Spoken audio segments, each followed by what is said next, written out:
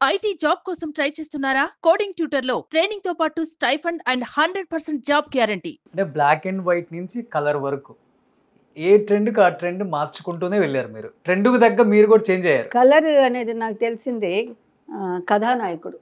అప్పుడు నేను అసిస్టెంటే, రామారావు గారు కథానాయకుడు. ఓకే. ఇదే ప్రసాద్ స్టూడియోలో షూటింగు. జయలలిత గారేమో బిజీగా ఉన్నారు, ఆవిడ సోలోగా చేయాలి. ఆవిడ లేరు కాబట్టి నేను కొంచెం అలాగే పోలికలు కనిపిస్తున్నానని ఒక టాక్ ఉండింది అప్పుడు. ఇద్దరు కంపోజింగ్ ఎక్కువ నేను ఆవిడకి చేసింది. జయలలిత గారికి చాలా ఎక్కువ కంపోజింగ్ నేనే. ఓకే. తారా మాస్టర్ కూపుడు, తారా కూపుడుంగ మాస్టర్ కాదు అప్పుడు నేను, తారా కూపుడుంగ అప్పదాన ఆడువే అంటుంది ఆవిడ. తారాని పిలవండి అప్పుడే నేను చేస్తాను. అలాగన్న రోజులు ఉన్నాయి. I'm very lucky to tell that. చాలా మా వర్క్ అంటే రాక్ ఆవిడ చాలా బాగా వర్క్ చేశారు. మంచి పద్ధతి గల ఒక హీరోయిన్ ఆవిడ. ఆవిడతో పనిచేశాను, ఫ్రెండ్షిప్ ఉండింది, చాలా మంచి ఫ్రెండ్షిప్ మాది.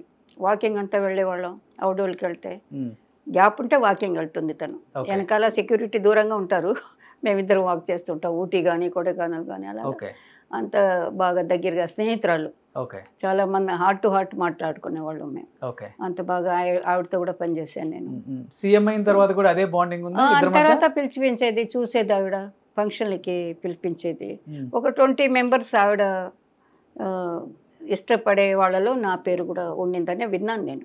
సూపర్. అసలు అదే సీఎం వాళ్ళతో అందరితో పనిచేస్తాడు, రామారావు గారితో పనిచేస్తున్న కథానాయకుడు. అదే కథానాయకుడు ఆవిడ రాలేకపోయినారు, డైట్స్ లేవు, ఇంకెక్కడ ఉన్నారు కాబట్టి సోలో 4-5 బిట్లు నే చేసి ఉంటాను. రామారావు గారితో ఒక బిట్టు దొరకడం, ఒక షార్ట్ దొరకడం కష్టం ఆ కాలంలో.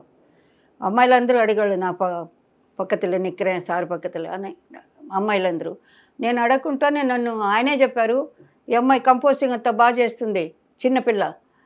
ఇంటికి వెళ్ళి రిహర్సల్ ఇచ్చేవాళ్ళం.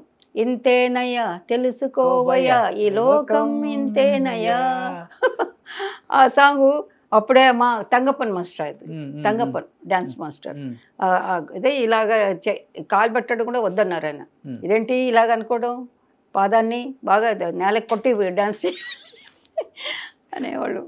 సో అప్పుడు ఎర్లీ మార్నింగ్ మేము 4 o'clockకి మా మాస్టర్ని పికప్ చేసుకొని కారు మాకు వచ్చేది, నేను ఎక్కేదాన్ని, ఇంకొక అసిస్టెంటు, టేప్ రికార్డ్, అప్పుడు పెద్ద టేప్ రికార్డ్ స్పూల్, అది ఎలాగుంటుంది కదా టేప్ రికార్డర్, ఇవన్నీ లేవు కదా అప్పుడు, కథానాయకుడు అప్పుడు. అది వేస్తే అది తీసుకొని మాస్టర్ గారు 4 గంటలకి మమ్మల్ని పికప్ చేసేవాళ్ళు, 3:30కి. నేరుగా ఇక్కడి నుంచి చెన్నైలో కోడంబాకం నుంచి మౌంట్ రోడ్డుకి తీసుకెళ్ళేవాళ్ళు. బండిలో మేనేజర్ ఎక్కాలి, అందులో మమ్మల్ని అంతా తీసుకొని మేనేజర్ ఎక్కి బిలాలు బుహారీ హోటల్కి వెళ్ళి టీ ఇప్పించి మాకు నిద్ర లేపి అక్కడి నుంచి రామారావు గారు ఇంటికి ఇక్కడ బజులా రోడ్ టీ నగర్ అక్కడ తీసుకొచ్చి రిహర్సల్ మార్నింగ్ 4:15కి ఆయన రెడీ. 4:15కి 3 o'clock నాకు బండి వచ్చేది. కంతే కొత్త స్టెప్పులు అంట, కొత్త మాస్టర్ అంట, ఆ అమ్మాయి అబ్బాయి ఎవరో బాగా ఆడతారంట, వాళ్ళని తీసుకురండి నాకు పొద్దున్న నేర్పించండి అని దగ్గర 10-15 days ఇంట్లో అందరూ లేసేవాళ్ళు. అప్పటికి అందరూ లేసేవాళ్ళు, మాకు కాఫీ గీఫీ ఏదో ఇచ్చేవాళ్ళు, మేము వెయిట్ చేసేవాళ్ళం. మేము వెళ్ళేదానికే మునిపే ఆయన ఎక్సర్సైజ్ చేసి ఆ మాస్టర్ బయటకు వచ్చాక మేము లోపలికి వెళ్ళేవాళ్ళం. కాంపౌండ్లో లోపల మేము సిట్టింగ్లో కూర్చోతే అప్పుడు ఆయన లేచి అప్పటికే ఆయన హీఈస్ ఎ గ్రేట్, పేరు ప్రతిష్టలు అన్నీ ఉన్నాయి. సేమ్ టైము ఆ వర్క్ సెన్సియారిటీ అవన్నీ చూసిన వాళ్ళు మేము పెద్దవాళ్ళ దగ్గర నుంచి. కాబట్టి మాకు కూడా అదే పిచ్చి అయిపోయింది. వర్క్లో సచ్చినా పర్వాలేదు, అది చేస్తూనే ఉండాలి, బాగా చేయాలి. డబ్బు మాత్రం మెయిన్ కాదు, ఒక పేరు, మనకి సాటిస్ఫాక్షన్, ఏదో తీసుకున్న డబ్బుకి బాగా పనిచేసామని ఆ ట్రెండ్లో వచ్చి. అప్పుడు తరం వాళ్ళు డబ్బు గురించి ఆలోచించర్లే, డబ్బు పెద్దగా లేదు కదండి, వాళ్ళు ఇచ్చిందే డబ్బు. ఎంతవరకు ఇచ్చినా కానీ no call sheet, no timing. ఒక్క పాట 150 రూపీస్ డాన్సర్స్కి ఉండేది నేను వచ్చినప్పుడు, 150 అంట. అది ఎన్ని రోజులు షూటింగ్ ఉన్నా వెళ్ళాలి ఆ డాన్సర్. 150 రూపాయలకి ఎక్కడ రూల్ లేదు, టైమింగ్ లేదు. నాకు బండి కావాలి, ట్రైన్ కావాలి, నాకు బస్సు పడదు అనే దానికి ఛాన్స్ లేదు. వాళ్ళు ఏమి ఇస్తే అది, వాళ్ళు బాగానే చూసేవాళ్ళు అందరూ సినిమాలో, అందరూ పాపం వాళ్ళ డబ్బు పెట్టి ప్రొడ్యూసర్లు సినిమా తీసేది కదా, బాగా చూసుకునేవాళ్ళు. డిమాండింగ్ లేదు, ఒక డబ్బుకి 1 month అయినా వర్షాలు వచ్చి ఆగిపోయినా 2 months గ్యాప్ వస్తే మళ్ళీ పిలుస్తారు, వెళ్ళి అదే డబ్బుకి పని చేయాలి. ఓకే. బట్ ఇండస్ట్రీకి డాన్స్ ని పరిచయం చేసిందే అక్కినేని నాగేశ్వరరావు గారు అని చెప్తుంటారు. చెంగాబి రంగు చీర కట్టుకున్న చిన్నది.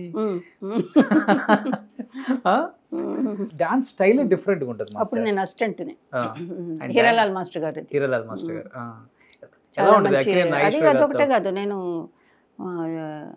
నేలలో ఇసుక నేలలో కొంచెం హైట్ చేసుకొని చిన్నపిల్ల ఉన్నప్పుడు దాని మీద కూర్చొని సినిమాలు చూసిందాన్ని నేను. ట్రెండ్ ఏం చెప్తారు, టెంట్లో టెంటే వచ్చేది అప్పుడు నాయుడుపేటకి వేసి తీసేసేవాళ్ళు, మళ్ళీ తీసి మళ్ళీ ఎప్పుడు సినిమాలు వస్తాయి ఎప్పుడు వేసేవాళ్ళు. అలాగా అందులో కూర్చొని అప్పటి నుంచి నాగేశ్వరరావు గారి పాటలు అంటే రోజులు మారాయి అవన్నీ అప్పుడు చూసినవే నేను. వహీదా రెహమాన్ గారు అది చూసి నేను తిరిగి ఇంటికి వచ్చేదాన్ని కాదు, ఏడ్చేదాన్ని. అక్కడి నుంచి అమ్మ లాగితే కూడా వచ్చేదాన్ని కాదు. మళ్ళా వేస్తారు మళ్ళీ చూడాలి నేనని. సినిమా అయిపోయేది, శుభం వేసాక అందరూ బయటికి వెళ్తుంటారు సెకండ్ షో, నేను ఏడుస్తూ అక్కడే కూర్చొని ఉండేదాన్ని. నేను రాను ఇక్కడి నుంచి. అది ఎందుకు ఏడ్చానో ఏంటో నాకు తెలీదు. తెగ ఏడ్చేదాన్ని. అమ్మ 4 దెబ్బలు కొట్టాక అందరూ కలిపి లేపి భుజాన్ని వేసుకొని తీసుకెళ్ళేవాడు. నాకు తెలియదండి. ఎక్కువ సినిమాలు చూసి కాదు, ఎక్కువ థాట్స్.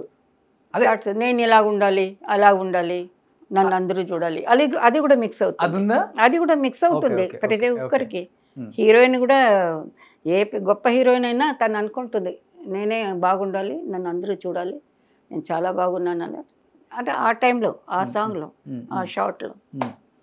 అది లేకపోతే కష్టం కదండి. మీరు అలా అనుకున్నారు? నేను అలా అనుకున్నాను. నా మూమెంట్లో నేను ఆడితే అందరూ చూడాలి నన్ను. మరి అలా అనుకుంటే పెద్ద హీరోయిన్ అవ్వాలి కదా, ఎందుకు కొరియోగ్రాఫర్ అయ్యారు మరి? నాకు ఇప్పుడు కూడా కెమెరా అంటే భయమే, కొంచెం ఇష్టమే. అప్పుడంతా ఎలా ఉండేది, డైలాగ్ చెప్పమ్మా, ఒక డైలాగ్ చెప్తారు. కొత్త పిల్లలు వచ్చారంటే దానికని మధ్య వ్యక్తులు ఉంటారు. వాళ్ళు మెడ్రాస్లో ఒక కొత్త అమ్మాయి వస్తే వాళ్ళకి తెలిసిపోతుంది కొత్త అమ్మాయి అని. మేము ఫ్యామిలీగానే వచ్చాం, ఫ్యామిలీ, మా అమ్మ ఫ్యామిలీ, మా అక్క చెల్లెళ్ళు అందరూ కలిసి వచ్చాము ఒకేసారి. సింగిల్గా ఎవరు రాలా, కలిసి తీసుకొచ్చింది. నేను నాలాగే ఎంతోమంది సెలక్షన్కి తీసుకెళ్తారు. ఆ డైరెక్టర్ ప్రొడ్యూసర్ ఉంటే వాళ్ళు ఒక డైలాగ్ అక్కడికక్కడ చెప్తారు, యాక్టింగ్లో రావాలనుకుంటే ఆ డైలాగ్ని అక్కడికక్కడే మేము చెప్పాలి. వాళ్ళు ఏడుస్తూ, అప్పుడు ఏడిపే కదా ఐ మీన్ హీరోయిన్ని గుర్తించడం. ఏడిస్తూ డైలాగ్ ఉంటే ఇంత మరి సొల్లుమా, ఇలా చెప్పమ్మా, హీగే ಹೇಳಿ, కన్నడ తెలుగు తమిళ్ అంతా ఇక్కడే ఉండింది, మెడ్రాస్లోనే ఉండింది. సో ఎవరి లాంగ్వేజ్లో వాళ్ళు చెప్పించేవాళ్ళు. వాళ్ళు చెప్తుండగానే నేను నవ్వేదాన్ని, పెద్దగా నవ్వేదాన్ని, పళ్ళంతా బయట పెట్టుకొని. ఏంటి అమ్మాయి నవ్వుతుంది, డైలాగ్ మేము ఏడుస్తూ చెప్తూ ఇలా చెప్పమ్మా ట్రై చేయాలంటే అని తీసుకొచ్చిన వ్యక్తిని అడిగితే అమ్మాయికి డ్యాన్స్లే ఇష్టం ఉండి డైలాగ్ చెప్తే నవ్వు వచ్చేస్తుంది తనకి. నేను వాళ్ళు ఏడ్చేది చూసి నవ్వేదాన్ని. డైరెక్టరు, స్టోరీ రైటరు చెప్పేవాళ్ళు ఏడుస్తూ, ఏనమ్మా అప్పా ఏదో అంటారు కదా, ఎందుకు రా బాబు ఇలాగ ఏడుస్తున్నారు ఓకే అని చెప్పి నవ్వు వచ్చేసేది.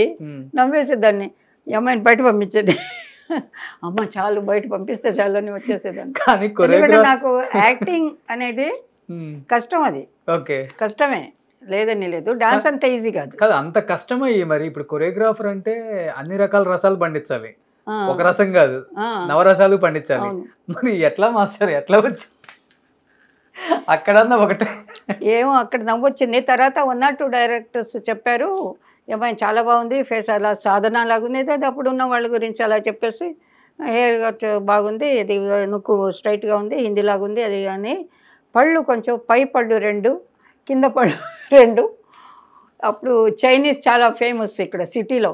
పైన 2 పళ్ళు కింద 2 పళ్ళు తీసేస్తే తిను ఫేస్ ఇంకా ఫోటోజెన్ ఫేస్ అవుతాయి. ఇప్పుడు ఎలాగున్నా కూడా అందరూ యాక్ట్ చేస్తున్నారు, ఎలాగున్నా కూడా అది రియల్ బ్యూటీని ఏముందో అది చూపిస్తున్నారు, యాక్ట్ చేస్తున్నారు. అప్పుడు కొన్ని యాంగిల్స్ పెట్టి ఫోటోలు తీసేవాళ్ళు. ఆ యాంగిల్లో బాగాలేదంటే ఎంఐకి డిఫెక్ట్ ఉంది, ఇలా తల దువ్వాలి, ఇలాగే తను నవ్వాలి, ఇలా ఫేస్ పెడితేనే బాగుంది, అలా ఉంటేనే బాగుంది అని లెక్కలు ఉండేవి. ఆ లెక్కల ప్రకారం నేను లేను. ఎందుకంటే అది కొంచెం పళ్ళు నవ్వుగానే కొంచెం ఏదో వాళ్ళకి అనిపించింది, ఏ డిఫెక్టో నాకు తెలీదు. పళ్ళు తీయించమంటే నేను అన్నాను, నేను పళ్ళు ఏమి తీయించుకోను, నేను డ్యాన్స్లోనే వెళ్తాను, నాకు వదిలేసండి బాబు, నాకు యాక్టింగ్ వద్దు. అలాగే యాక్టింగ్ స్టాప్ అంతే. ఎవరు సెలక్షన్ పిలిచినా వెళ్ళను నేను. ఓకే. ఒక 10-15 టైమ్స్ వెళ్ళి ఉంటాను. ఇది ఇంట్లో అమ్మ చెప్తుంది కదా, వెళ్ళు దాందే ఉంది, మేము ఉన్నాం కదా, వెళ్ళు యాక్ట్ చేయి, బాగా సావిత్రి గారిలాగా యాక్టర్ వచ్చేస్తావు. అప్పుడు సావిత్రి గారే అప్పుడు కూడా. ఓకే. మాయాబజార్ అంతా 100 సార్లు చూసి ఉంటాను నేను. సుమన్ టీవీలో మీ పర్సనల్ అండ్ బిజినెస్ ప్రమోషన్స్ కోసం కింది నెంబర్కి కాంటాక్ట్ చేయండి.